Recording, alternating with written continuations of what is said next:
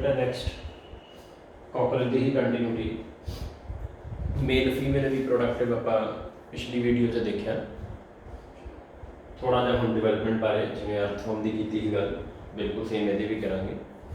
तो ये मेल और फीमेल कॉकरोच आपस कॉपुलेट करते हैं। जो आपस कॉपुलेट करते हैं तो इतों आप शुरू करना समझना जिमें उत्थे आप पढ़िया सी ककून।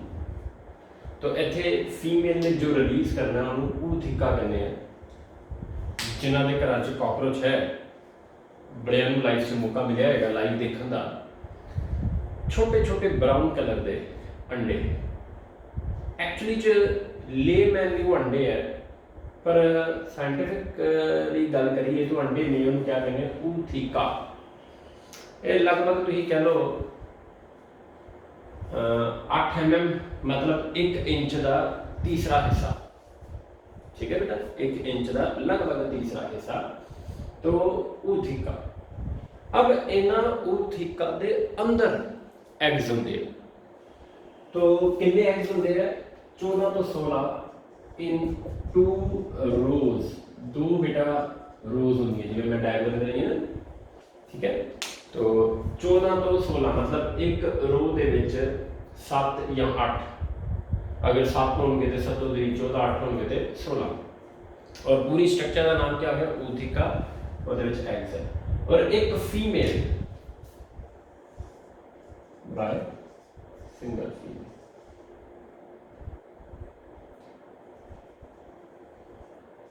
या इन सिंगल टाइम।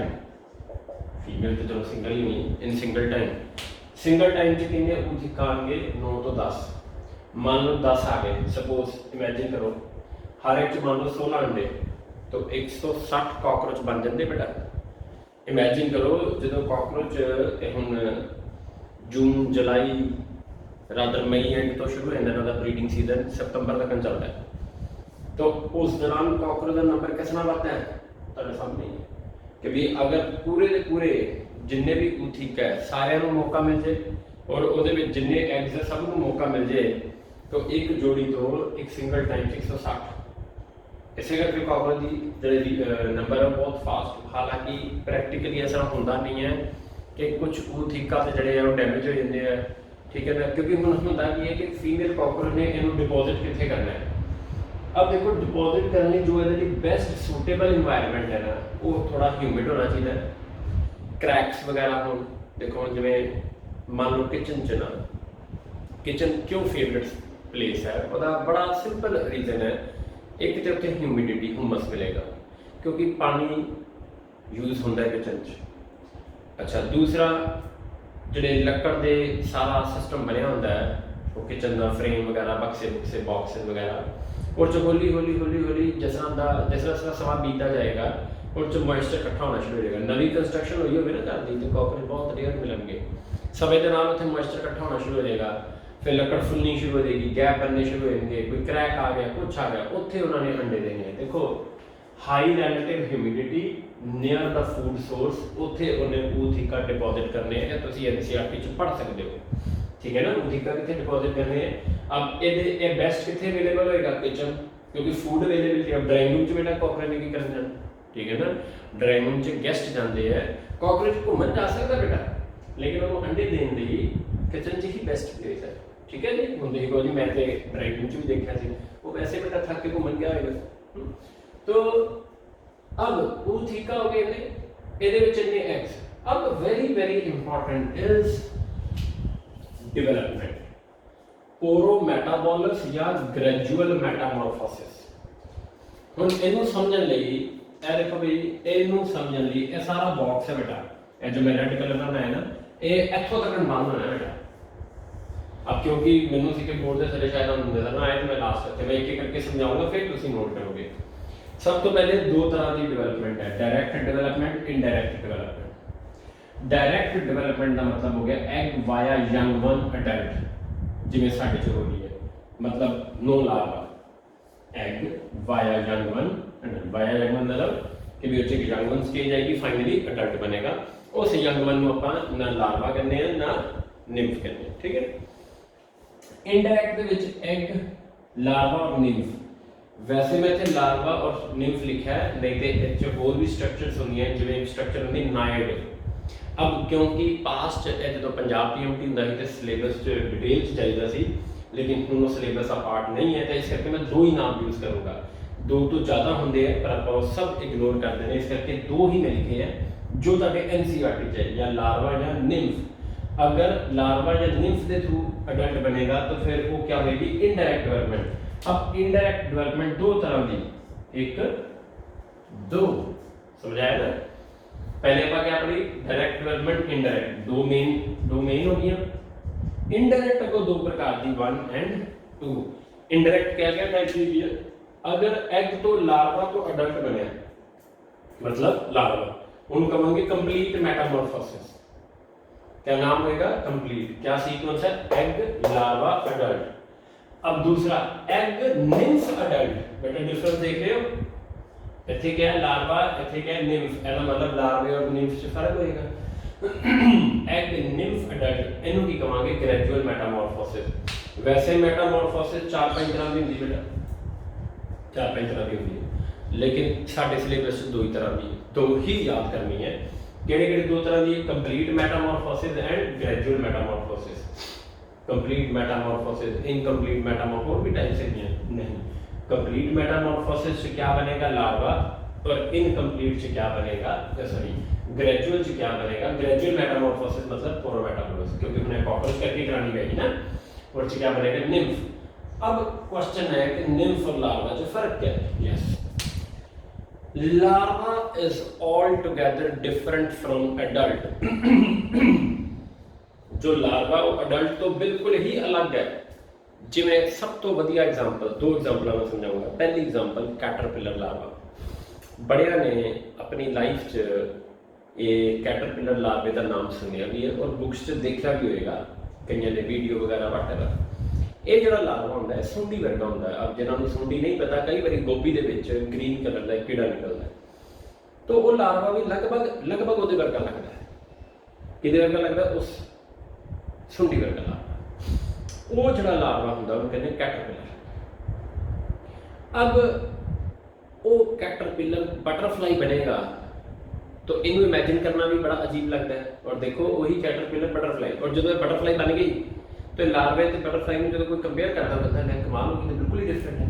तो मतलब larva is quite different from adult. कोई जज ही नहीं कर पाता कि ये लार्वा इस एडल्ट का है। जिवें बटरफ्लाई के केस च अनलैस एडल्ट किसी को नॉलेज ना हो, डिटेल स्टडी ना की हो, नहीं दस सकता। दूजी एग्जांपल टैडपोल।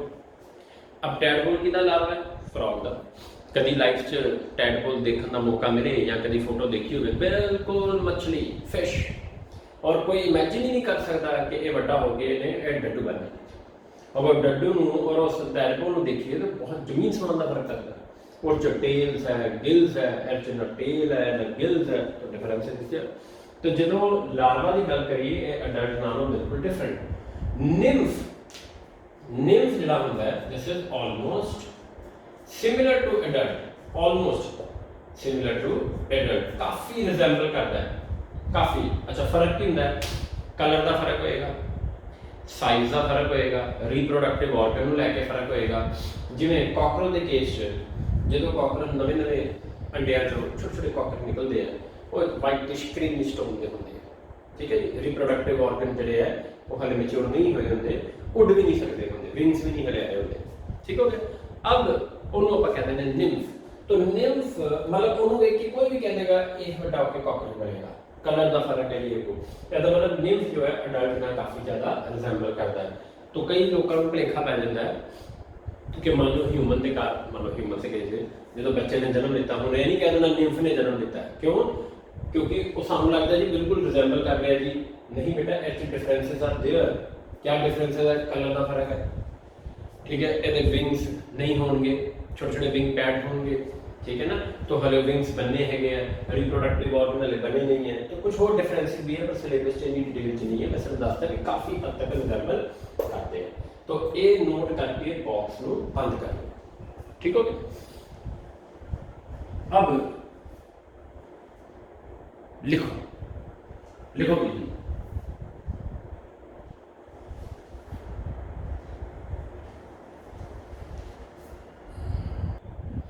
लिखो, थोड़ा बड़ा करके लिखो। The nymph grows by, the nymph grows by, grow करेगा, grows by, सामने बेटा स्पेलिंग लिखे, मोल्टिंग, मोल्टिंग मीनिंग समझा रहे हैं, grows by molting about, थोड़ा बड़ा करके लिखो, about 13 times,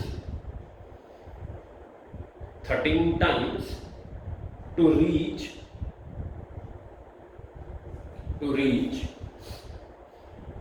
adult cockroach, to reach adult cockroach। अब थोड़ा और बड़ा करके लिखो, very important, the next to last nymphal stage, note कर लो, समझाने लगे, next to last, second last, next to last nymphal stage मतलब second last, has wing pads, अब विंग पैड्स आ गए, next to last nymphal stage has wing pads, but only adult cockroach has wings, but only adult cockroach has wings। मतलब समझिए बेटा, moulting ये क्या भी वर्ड होता है, एक्रोडाइसिस, मीनिंग लगभग सेम ही है। समझण ਲਈ ਤੁਸੀਂ ਸੁਣਿਆ ਹੋਏਗਾ ਜਿਹੜਾ ਸੱਪ ਹੈ ਨਾ ਉਹ ਆਪਣੀ ਸਕਿਨ ਸ਼ੈਡ ਆਫ ਕਰਦਾ ਹੈ, ਛੱਡ ਦਿੰਦਾ ਹੈ, that is also called molting or ecdysis, clear, अपनी स्किन छड़ देना।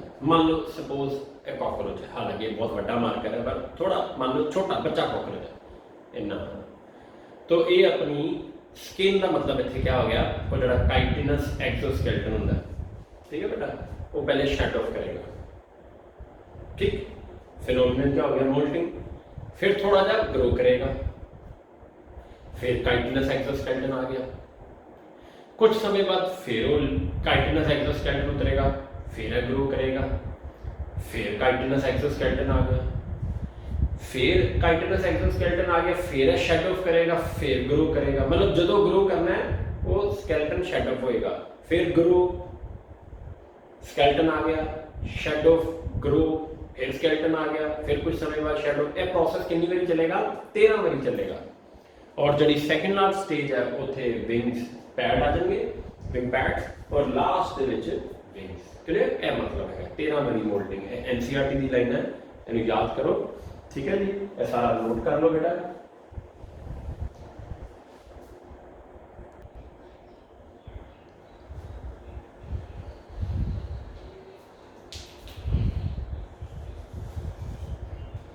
अच्छा भी नेक्स्ट एनसीईआरटी पेज नंबर 112, खोल भी सकते हो एनसीईआरटी, सेकंड पैराग्राफ, ठीक है, बेशक एनसीईआरटी जो है पैराग्राफ पर अपन नोट जरूर करना है कॉपी से, और बड़ा बड़ा करके करना है, पहले समझ लिए, लाइना कई बार नहीं समझ आनी है। तो सब तो पहले ब्रूड पाउच या जेनाइटल पाउच, इतने भी यही लिखे ब्रूड पाउच या एक्चुअली रिप्रोडक्टिव स्ट्रक्चर, वैसे ब्रूड या जेनाइटल वर्ड, जेनाइटल के नाम तो क्लियर हो गया ना, ब्रूड या जेनाइटल रिप्रोडक्टिव स्ट्रक्चर है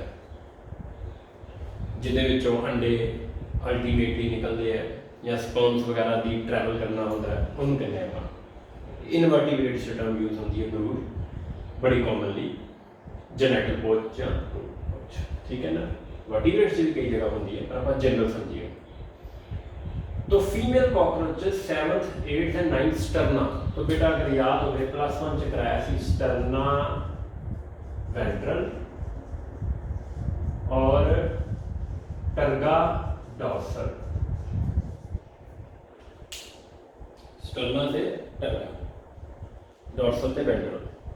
तो मैं तुम्हें एक बार फिर दस देना, जिमें अगर क्लास च याद हो गए,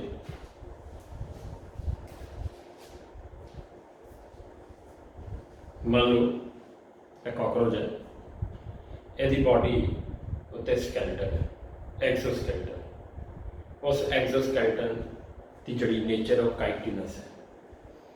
अब यह जो काइटिनस एक्सोस्केलेटन है यह इंटायर नहीं होंदा, यह प्लेट्स की फॉर्म च होंदा है। नाम याद करने की कोशिश करो, इंटायर एक नहीं होंदा, सिंगल नहीं होंदा, प्लेट्स की फॉर्म च होंदा है। उन्होंने प्लेट्स को क्या कहते सी? सक्लीराइट्स। सक्लीराइट्स। तो exoskeleton is in the form of plates, in the form of plates called सक्लीराइट्स। अगर एक डॉर्सल है प्लेटा तो डॉर्सल प्लेट्स में क्या कहते सी? टर्गा या टर्गाइट्स प्लूरल। ते अगर वेंट्रल है स्टर्ना या स्टर्नाइट्स। मतलब अगर डॉर्सल है टर्गा और अगर प्लेटा वेंट्रल है तो स्टर्ना और अगर साइडा ते है तो प्लूरा। तीन नाम लिखाए से अपनी कॉपी चेक कर सकते हो, टर्गा, डॉर्सल, स्टर्ना, वेंट्रल और अगर साइडा है तो प्लूरा। ठीक है बेटा, तो ये सारी चीज़ां नीटली बहुत इंपॉर्टेंट है, +2 के बोर्ड एग्जाम नहीं आती। तो टर्गा, स्टर्ना, प्लूरा। अब देखो मान लो मैं डायग्राम बना रहा, एक प्लेट है दूसरी प्लेट है, तो फिर प्लेट आपस में जुड़ी हुई होगी। प्लेट क्या होगी? सक्लीराइट। अब इस प्लेट में जोड़न लई थिन मैम्ब्रेन होंदी है, थिन मैम्ब्रेनस स्ट्रक्चर। ठीक है ना, जिन्हों आर्टिक्यूलर या आर्थरोडियल मैम्ब्रेन,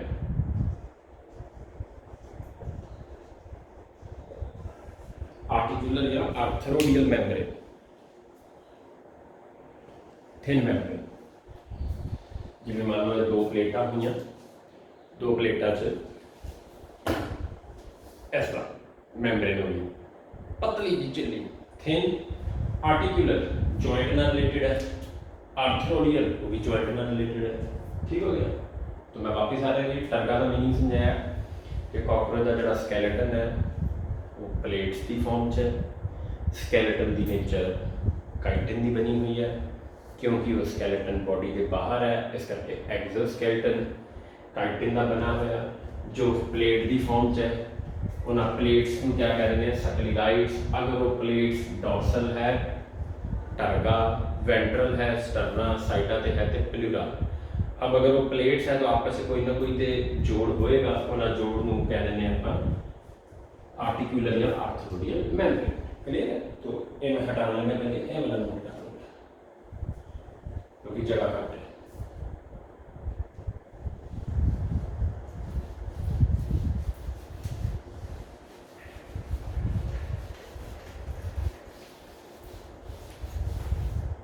चलो अब वापस देखो, तो फीमेल कॉकरोच 7th जो बोट शेप्ड है, 8th एंड 9th स्टर्ना।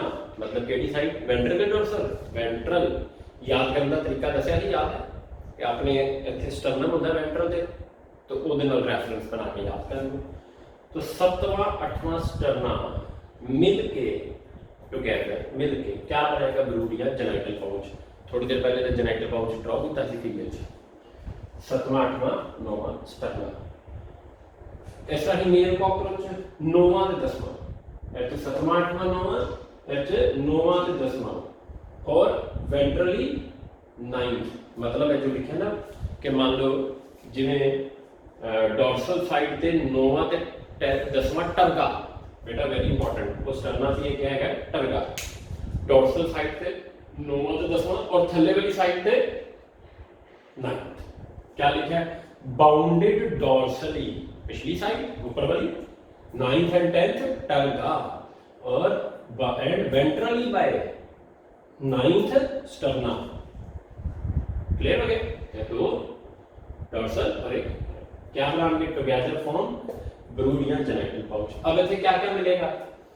इतने इंटीरियर पार्ट च कंटेन्स फीमेल गोनोपोर या जेनाइटल पोर आ गया, ਉਹੀ ਸਪਰਮੇਥੀਕਲ ਪੋਰ, ਯਾਦ ਸਪਰਮੇਥੀਕਾ ਓਪਨ ਹੋਇਆ ਸੀ ਆਪਣੀ ਡਾਇਗਰਾਮ ਨਾਲ ਹੀ ਖੋਲ ਕੇ ਦੇਖੋ ਨਾ। ਹਾਂ ਸਪਰਮਾਥੀਕਾ ਵਿੱਚ ਓਪਨ ਹੋਇਆ ਸੀ ਜੈਨਾਈਟਲ ਪਾਊਚ, ਕੋਲਾਟੇਰੀਅਲ ਗਲੈਂਡ ਵਿੱਚ ਹੋਈ ਸੀ ਜੈਨਾਈਟਲ ਪਾਊਚ, ਫੀਮੇਲ ਗੋਨੋਕੋਰ ਵਿੱਚ ਓਪਨ ਹੋਇਆ ਸੀ ਜੈਨਾਈਟਲ ਪਾਊਚ। क्लियर हो गया, वेंट्रल एंटीरियर पार्ट कह लो या वेंट्रल पार्ट कह लो, ठीक हो गया। अब ਇਹਦੇ डोर्सल ਤੇ एनस देखो, एनस हमेशा ਹੁਣ ਆਪਾਂ ਆਪਣੀ ਵੀ ਗੱਲ ਕਰੀਏ ਜਿਹੜਾ ਸਾਡਾ एनस है वो डोर्सल ਮੰਨਿਆ ਜਾਂਦਾ ਹੈ, ठीक हो गया। और ਜਿਹੜੇ ਰੀਪਰੋਡਕਟਿਵ वेंट्रल है तो कॉकरोच भी इस रही है, रीप्रोडक्टिव वेंट्रल ਤੇ एनस डोर्सल है, ठीक है जी। ਇਹ जो डोर्सल ਚ एनस है, ठीक है, ਇਹਦੀ एनस थोड़ी जी नीचे होती है, इस करके ब्रूड पाउच नहीं आती, थोड़ी पीछे होती है क्योंकि एच टेंथ इन्वॉल्व है, एच टेंथ इन्वॉल्व नहीं है। तो डोर्सल एनस बाकी वेंट्रल जो ही मेल गोनोकोर वही, और गनापोफाइसिस है जेनिटेलिया, जेनिटेलिया एच भी होता है, लिखा नहीं एनसीईआरटी ने, पता डायग्राम से है ही जेनिटेलिया के दोनों चीज है। तो मेल गोनोकोर और जो फीमेल गोनोकोर, तो चाहे मेल गोनोकोर है चाहे फीमेल है, दोनों वेंट्रल साइड के मेल कॉकरोच दे मेल दे वेंट्रल च ते फीमेल दे भी अपने वेंट्रल च, एनस दोनों की डोर्सल है। अब ਇਹਦੇ केस च एनस ਇੱਥੇ ਮੈਂਸ਼ਨ नहीं की क्योंकि वो टेंथ ਨਾਲ एसोसिएटेड है, एक्चुअली क्योंकि टेंथ टर्गा इन्वॉल्व है, इस करके डोर्सल एनस लिखी हुई है।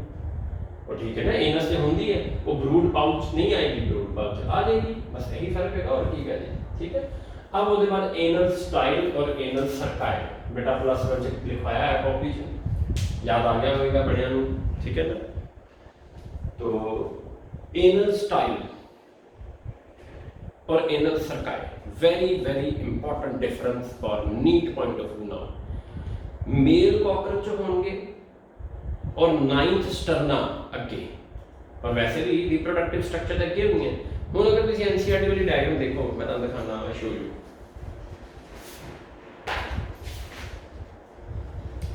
अब बेटा हो सकता ब्लड होवे 115 पेज नंबर, उत्थे इत्थे एनल सर्कस, क्योंकि सर्कस सिंगुलर हो गया ना तो सर्काई प्लूरल होता है, ठीक है ना, लेबल कितने हैं ना। हाँ तो चेक कर लो पेज नंबर 115 पे 115।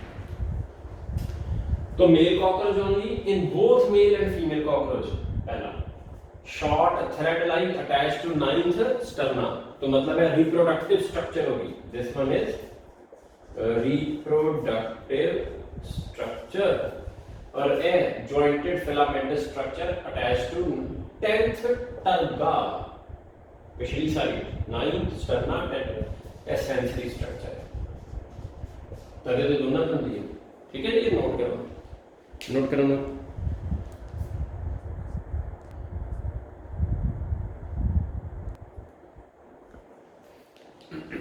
तो लास्ट आ गया reproductive system of frog, again NEET ਲਈ बोर्ड ਲਈ नहीं, मेल और फीमेल अलग अलग है, एक बारी सीख लीए, फिर ड्रॉ करने की कोई ज़रूरत नहीं है। अपने नोट्स द लास्ट पेज अगर देखोगे डायग्राम स्कैन करके लगाइए हैं, अगर नहीं क्लियर है तो या जिन्हों को नोट्स प्रिंट आउट नहीं हुए तो best is NCERT page number 119, page number 119, ठीक है। तो पेज नंबर 119 निकाल लो, तो सेम डायग्राम, कोई नवी चीज़ नहीं है। आज जो नवी चीज़ है वो जो ड्रॉ करनी वो दसेगा। तो पहले मेल, तो बेटा तुम देखो सब तो पहले तो एनसीईआरटी जो तुम डायग्राम निकालोगे इतने इस तरह डिजाइन जो लग रहा है, ये फैट बॉडी है, वो दोनों च है, मेल फीमेल दोनों च, पता नहीं लेबल की नहीं, मुझे याद नहीं है, ऐसा फैट बॉडी, ठीक हो गया। ए जो बनाई है बेटा किडनी है ब्लैक कलर, ठीक हो गया। किडनी क्यों बनाई है, क्योंकि ये किडनी ते रिप्रोडक्टिव ऑर्गन आपस में थोड़े जे लिंक है, ऐसे करके इस तरह टेस्टिस बने।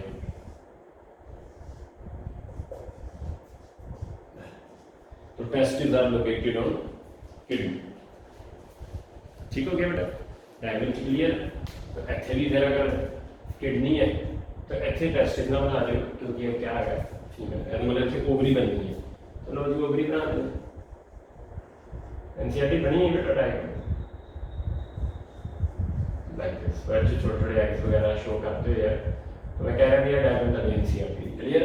ये जो ऊपर रेड कलर का बनाया हुआ क्या है, फैट बॉडीज, और तुम लेबल करना दोनों च कर लो कुछ, फैट बॉडी उत्थे टेस्ट सी पैरल समझा रहे बेटा, इतने ओवरी है, क्लियर है जी। चलो अब ये अंदरला सीन की है वो मैं अलग बनाया, वो तुम ड्रॉ करोगे, तो पहले समझ लीजिए। तो सब तो पहले ये बेटा मैगनीफाई किया है। एक और चीज़ इतने दसनी है, तुम शायद अपने NCERT देखोगे इतने इस तरह करके एक लाइन की बनी हुई जो बालों दिखाइए। देखो इधर जो डायग्राम है वो NCERT की इन सेक्शन है, उत्थे ये चीज़ नहीं दिख रही क्योंकि इहदा उन्होंने सेक्शन अंदरों कट के दिखाया, और इतने ये चीज़ दिखाई है एक ग्लैंड एड्रीनल। अच्छा साढ़े केस एड्रीनल कितने होंगी है? किडनी के ऊपर, इतने भी किडनी के ऊपर है। मान लो ये किडनी है तो एड्रीनल ग्लैंड यदि इतने पई है, साड़ी ऊपर होंगी यदि इतने पई। अगर यह किडनी है साड़ी एड्रीनल है पई, ठीक हो गया, सुपरारीनल इसे करके कह देंगे, और यदि केस एड्रीनल इतने। लेकिन जो आप किडनी का सैक्शन कटिया फिर सुना एड्रीनल दिखेगी, तो सिमिलरली इतने भी बन सकती है, ठीक है ना, इतने भी बन सकती है एड्रीनल ग्लैंड। क्लियर हो गया एड्रीनल ग्लैंड किडनी। लेकिन हम आप मेन हम यह सैक्शन कटिंग मैं बाहर बना ली, इतने क्लियर नहीं है, तो हम इन सैक्शन को समझाना बेटा। यह किडनी, अब किडनी क्या होंगे? नेफ्रॉन्स एचबी होंगे, और नेफ्रॉन्स इकट्ठे होकर क्या बनाते हैं? कलेक्टिंग डक्ट या कलेक्टिंग ट्यूब्यूल। अब NCERT ने कलेक्टिंग ट्यूब्यूल लिखा, कलेक्टिंग डक्ट भी कह सकते हो। अच्छा क्या है कलेक्टिंग डक्ट? ये टेस्टिस है। हालांकि आप टेस्टिस हम अगले लैक्चर तो ह्यूमन का शुरू करांगे। टेस्टिस जो डिटेल है थोड़ा बहुत लोअर क्लासेस सुनिया होगा, सेमिनिफेरस ट्यूब्यूल एटसेट्रा, ये मान लो उस तरह के सेमिनिफेरस ट्यूब्यूल एटसेट्रा है, ये सारे मिल के इस तरह। ये देखो बेटा इस तरह लाइक दिस, ठीक है जी। ये देखो मैं ये किया बाहर करके बना के दिखाना, ये मान लो टेस्टिस है, सेमिनिफेरस ट्यूब्यूल एटसेट्रा ये है।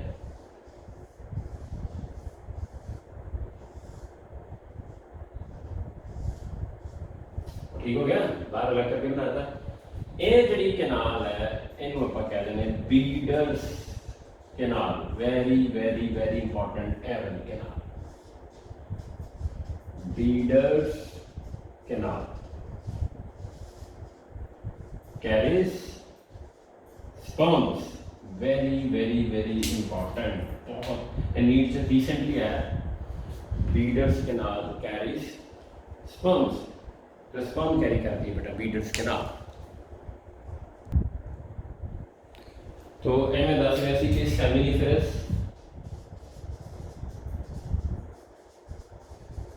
ट्यूब्यूल्स, और ये जो है उन इथे सेमिनिफेरस ट्यूब्यूल, और ये जो बनाए हैं वासा एफरेंशिया। ह्यूमन टेस्टिस की भी डायग्राम अगली बारी आई हुई है, वास डेफरेंस वासा एवरी वासा एफरेंशिया। क्लियर है बेटा? हाँ तो डायग्राम क्लियर है बेटा। तो ए बीडर्स कैनाल जैसे नहीं है तो मैं दोबारा ऐसे करके लिखी है। तो बीडर्स कैनाल का फंक्शन क्या है? Carry sperm. अब एक बार फिर डायग्राम को फोकस करिए, देखो टेस्टिस बनाते हैं बेटा, ठीक है, टेस्टिस से सेमिनिफेरस ट्यूब्यूल वासा एफरेंशिया। अब इथों स्पर्म्स बने, स्पर्म्स इधर आ गए, किस आ गए? Bidder's canal. अब देखो ध्यान से ए बीडर्स कैनाल से स्पर्म आ गए, एच क्या आ रहा सी? यूरिन, क्योंकि इट कैरीज यूरिन। अब दोनों मिलके दोनों मिलके इकट्ठी सिंगल पाइप बन गई बेटा, यूरोजेनाइटल डक्ट। अलग बेटा दोबारा मेरे लिखता है यूरोजेनाइटल डक्ट। तो देख रहे हो भाई यूरोजेनाइटल डक्ट दोनों की फ्यूजन ना, इनू डिमार्केशन कर देने थोड़ी ताकि कंफ्यूजन ना हो।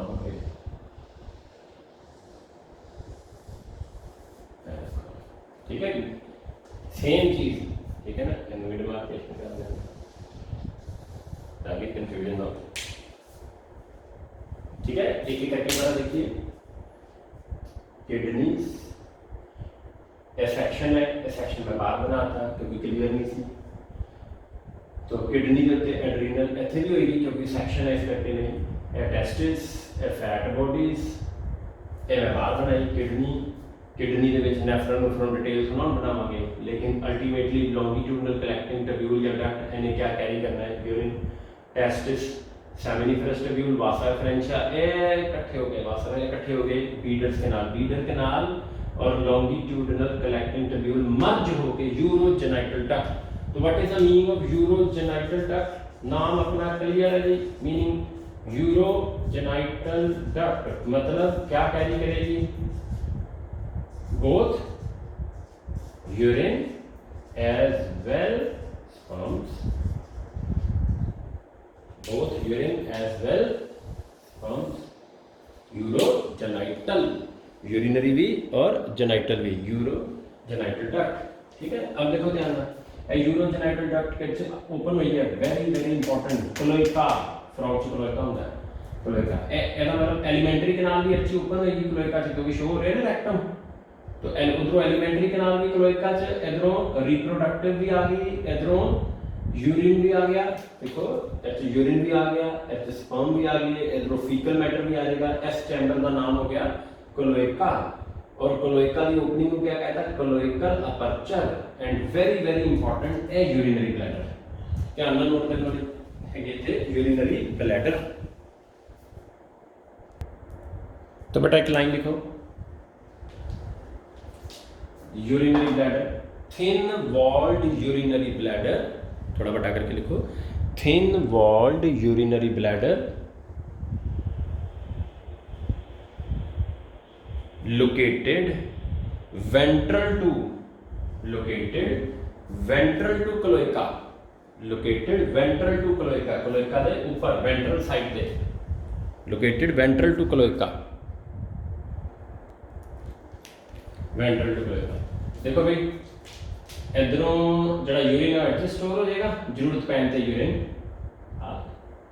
जरूरत पैन ते यूरिन बाहर, फीकल मैटर भी अल्टीमेटली क्लोएका दे जो फाइनली बाहर आना क्लोएकल अपर्चर चो आना है, एग भी इत्थों ही, यूरिन भी इत्थों ही, स्पर्म्स भी इत्थों ही। ठीक हो गया। अब नेक्स्ट देखो फीमेल रिप्रोडक्टिव, बहुत आसान हो गया, किडनीज के लिखता, किडनीज, ठीक है, फैट बॉडी, और एन क्या लेबल करोगे? Ovary, diagram NCERT. और अब देखो दिस इज ओविड्यूसल फनल, ठीक है ना, एनु क्या कहते हैं? ओविड्यूसल फनल, और एग्री फनल, फनल एनु कहता, और ओदी जेडी पाइप एनु क्या कहता? ओविडक्ट।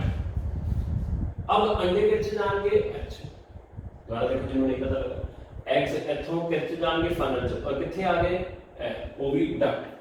बेटा ध्यान नाल नोट करो, यूरिन वाला पैसेज लग है, यूरेटर लग है, और ओविडक्ट लग है, ओविडक्ट लग है, यूरेटर लग है। इथों क्या आएंगे? एग्स, इथों क्या आएगा? Urine.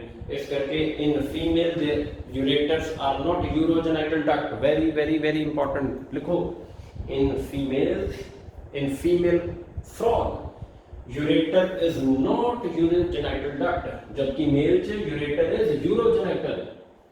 In female ureter is not urogenital, but in male ureter is urogenital. Clear हो गया? यूरिन का पाथ अलग है, लेकिन सब कुछ किथे एंटर कर रहा है? क्लोएका। तो क्लोएका वो चैम्बर होता है जिस रिप्रोडक्टिव डक्ट भी आ गई, जिस एक्सक्रीटरी डक्ट भी आ गई, और जिहदे डाइजेस्टिव ट्रैक्ट भी ओपन हो गया। देखो इत्थे वही रेक्टम, एलिमेंट्री कैनाल का भी अच्छा आ गया, अंडे भी आ गए, एग्स, ठीक है ना, और यूरिन भी, ओदे केस डक्ट इको सी, लेकिन स्पर्म्स भी आ रहे हैं और यूरिन भी आ रहे हैं, और फिर यूरिनरी ब्लैडर वही लोकेटेड वेंट्रल टू क्लोएका, और फाइनली कितना बाहर आएगा? Cloacal aperture. क्लियर है जी? फाइनली कितना बाहर आएगा? Cloacal aperture. तो मेल और फीमेल जो डिफरेंस है जो नोट करना कर लो, डायग्राम एनसीईआरटी च है।